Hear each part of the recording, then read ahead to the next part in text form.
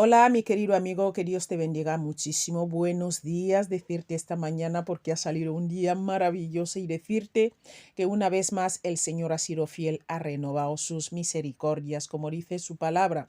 Y hoy, para serle agradecidos, como decimos siempre, venimos a leer su palabra.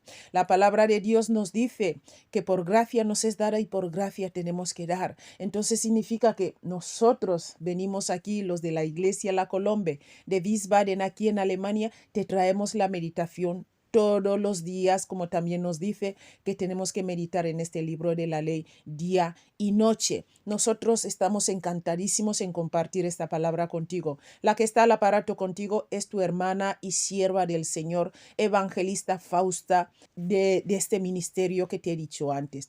Coge tu Biblia, vamos a meditar en la cobertura del Padre, del Hijo y del Espíritu Santo.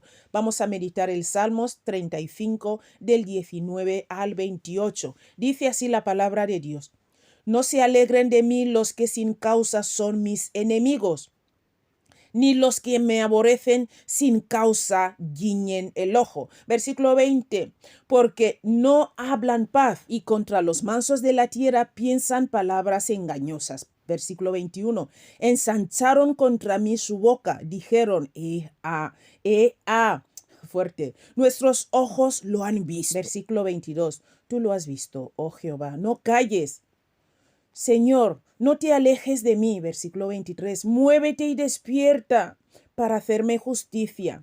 Dios mío y Señor mío, para defender mi causa. 24. Júzgame conforme a tu justicia, Jehová Dios mío, y no se alegren de mí. 25. No digan en su corazón, alma nuestra.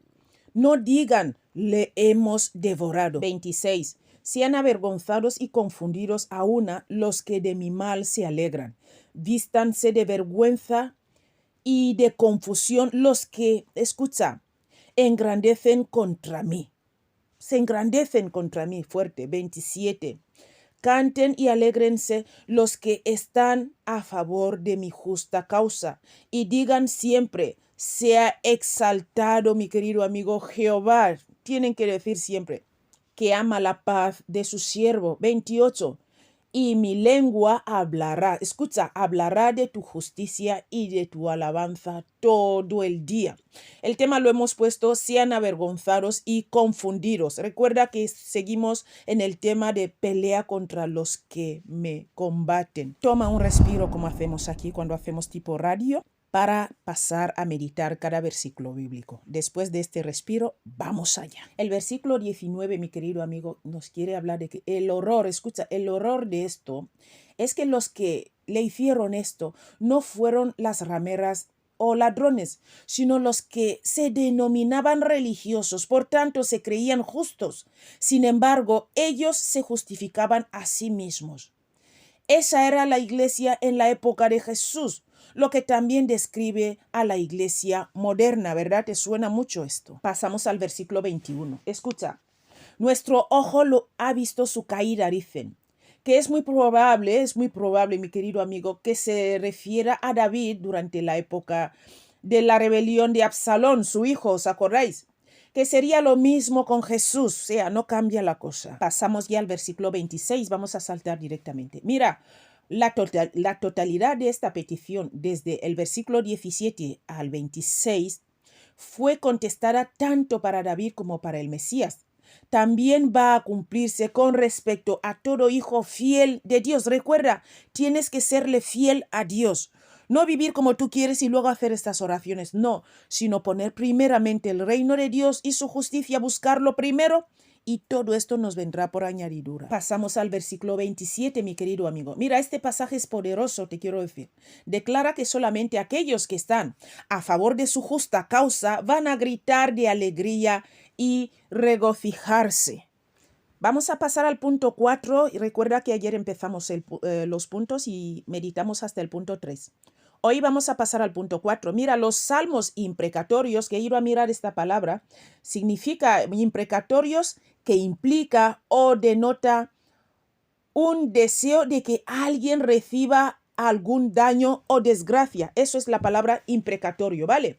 Los salmos imprecatorios ponen de relieve la verdad de que cuando la iniquidad de los malos llega al colmo, el Señor en su justicia sí juzga y destruye, mi querido amigo.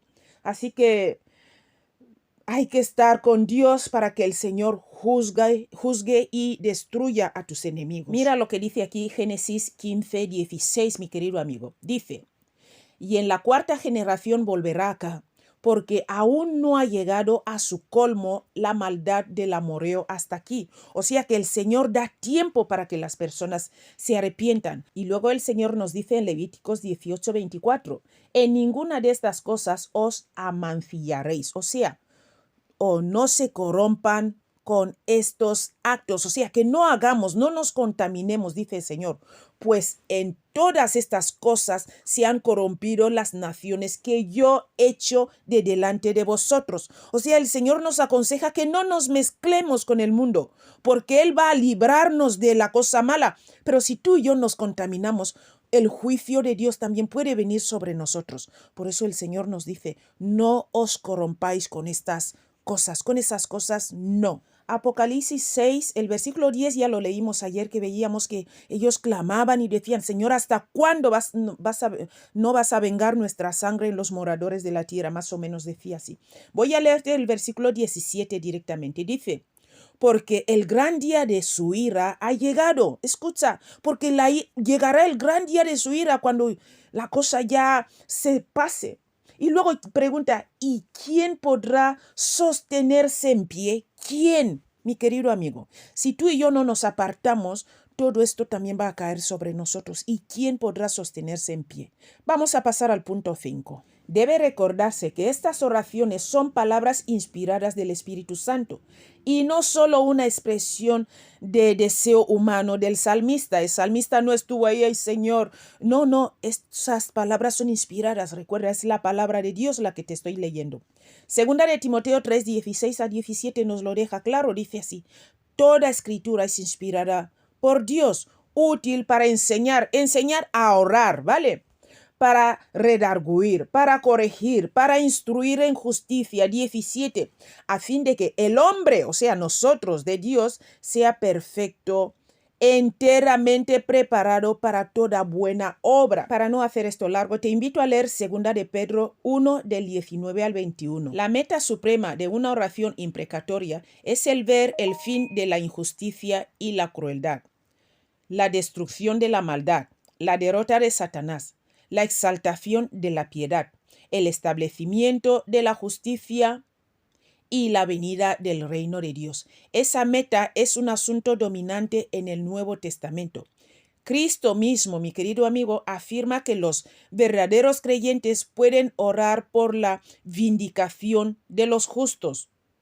Mira, se responde la oración de la viuda de que le hiciese justicia de su adversario. El Señor dice que se respondió esta oración, mi querido amigo, como dice en Lucas 18:3. Ahí vemos que Jesús confirma de que Dios hará justicia a sus escogidos que clamen a Él día y noche.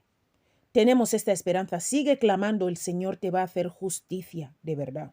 Mira lo que dice en Lucas 18:7. ¿Y acaso Dios no hará justicia a sus escogidos que claman a Él día y noche? ¿Se tardará en responder? Mi querido amigo, el Señor va a responder. Te invito también a leer el libro de Apocalipsis 6, el versículo del 9 al 10, ¿vale? Para profundizar más en este punto 6. Vamos a pasar al punto 7. Los creyentes deben mantener en equilibrio dos principios bíblicos aquí, mi querido amigo.